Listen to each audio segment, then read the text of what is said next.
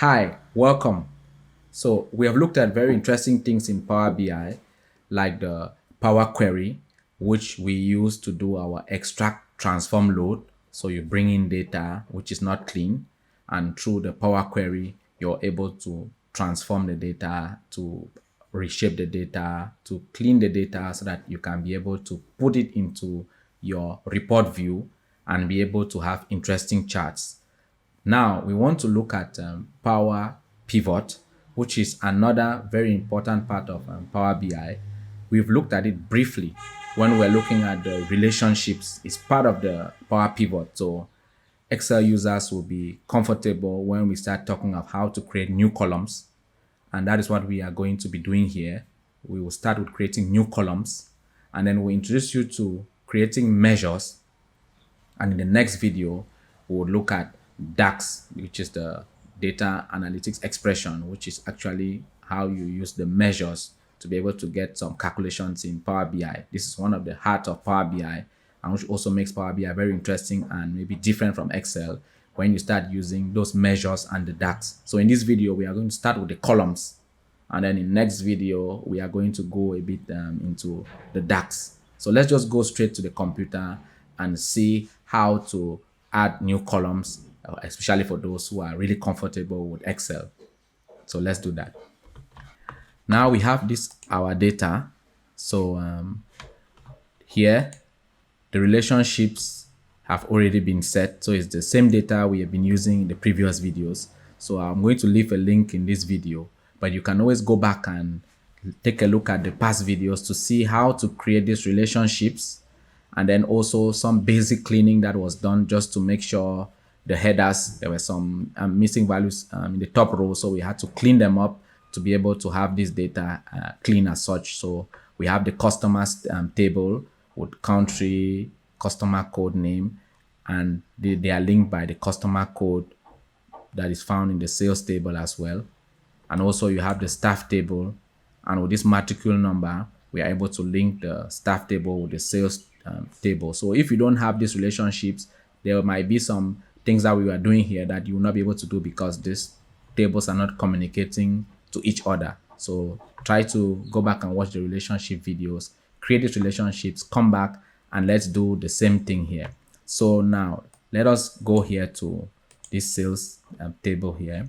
So if we click here, this is the Power Pivot view.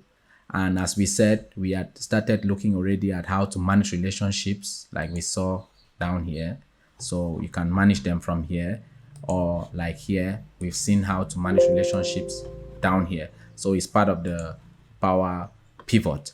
Now, what we see here is the new measure, which we are going to look at, and quick measures, and then we have new columns, and then maybe new tables. So let us first look at the new columns here. So if you're an Excel user, you know this would be easy for you. So the first thing is you might just click on a new column, and then now you already have Power BI starts trying to write, propose to you your column here. So you can just say, we have looked at formula before. So if we want to maybe get the year here, for example, I'll just keep it with the caps, the year. So if I say equal to, I'll just simply call the year function year, and then it says returns the year of a date as a 4-digit integer. So this is as you expected it should be, like this. So it just needs you to give the date here. So normally in Excel, you'll be clicking equal to, and then you click here, maybe A1, and then it's going to give you the date. But in Power BI, you just need to call the name of the table and the relevant column that you need, and it's going to do all the filling for you. You will not need to write the first one, and then you pull and do an autofill. Power BI does it for you. So that's the small change that you would see as an Excel user. So let's see how it's done. I'll just go, and then I'll say, I remember that I have 3 tables. This is the sales table. Okay, no, yeah, you got that because we didn't put anything in here. So normally I was wanted to say this is the sales table, and then this is the staff table and the customers table. So what we need in here, you see 2 few arguments were passed to the year function. The minimum argument count for the function is 1. It needs at least one argument, and this is the argument we are going to provide now, sales. And then we are going to say we want the sales table and the date column. So let's do that. We want the sales table and date column, and then we press enter. So when we do that now, we get the year. So you can see that it is just like how you would have been doing it in Excel, equals to year, and then you have your input, but then you will not be picking one column and then you do the autofill. So everything has been filled for you right down here. So you see 2020, 2019. You can also take the month. So you can also go and say, I want a new measure still, a new column still for the month. So still on that table, then you say, I want a new column. Then you give it now a month. You say, I want the month, and same thing, month, just like you know already, month.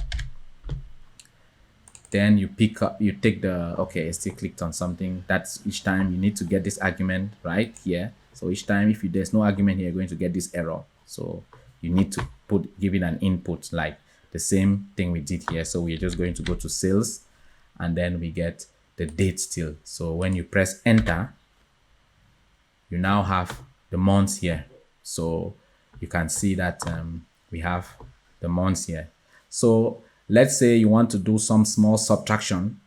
You can see create another column again. We can see go back here, go to this one, go to new column again, and then we want to get the profit. So we want to calculate the profit manually, and we want the profit to be displayed per line. So we want the profit.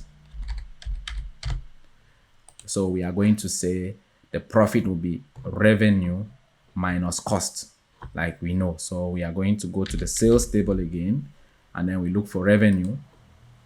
Then we say minus sales table again.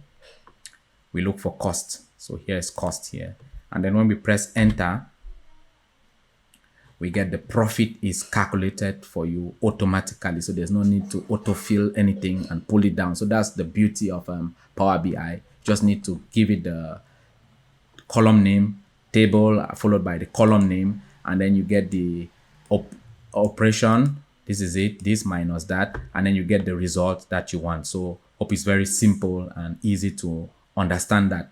So now, next thing now is, what if now we wanted to create a measure here? So we've been creating columns all this while, and it's fine. So we want to create a measure instead here. So to create a measure, what do? We go to here, same sales here, right click. Now we choose new measure, or we can choose the new measure from up here, whatever one we want. Now let's see. So if we want to create a new measure, let us try to call this profit. So let us say profit 2.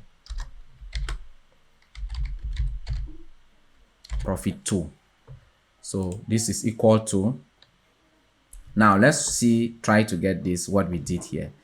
We said last time we did sales. So what do you notice? You notice that the sales table is not being highlighted here.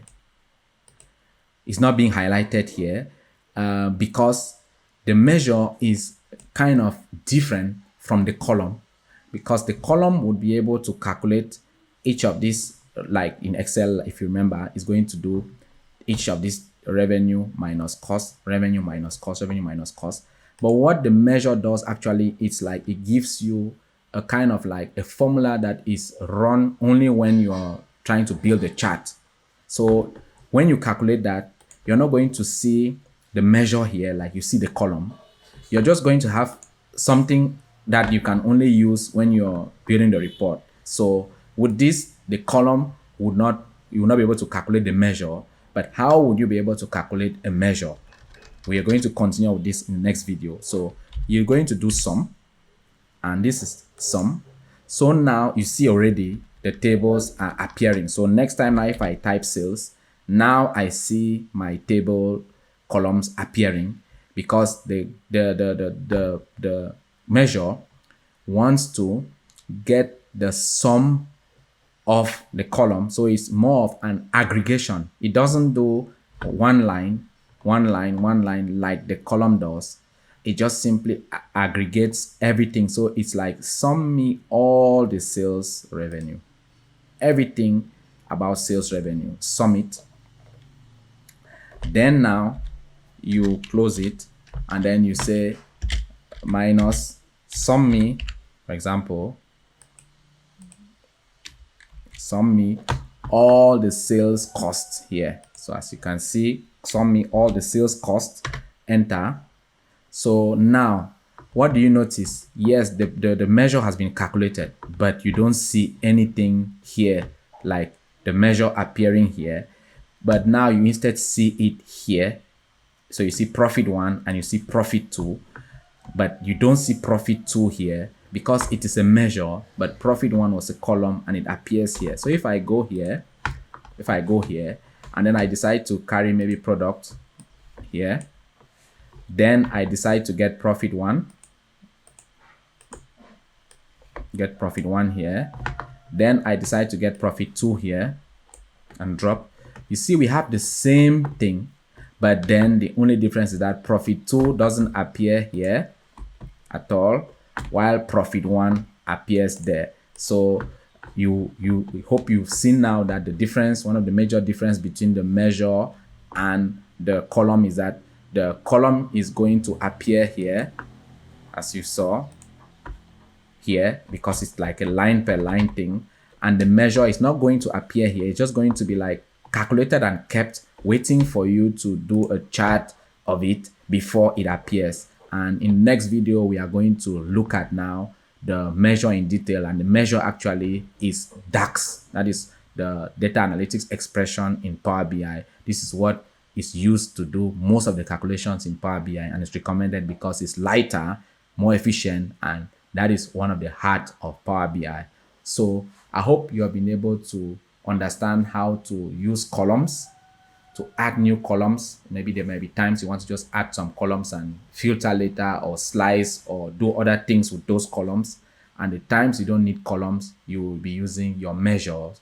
And to be able to do that, we are going to continue in the next video with DAX, which is actually using the measures and showing you how beautiful and how effective they can be. So see you next video. Wish you good data luck.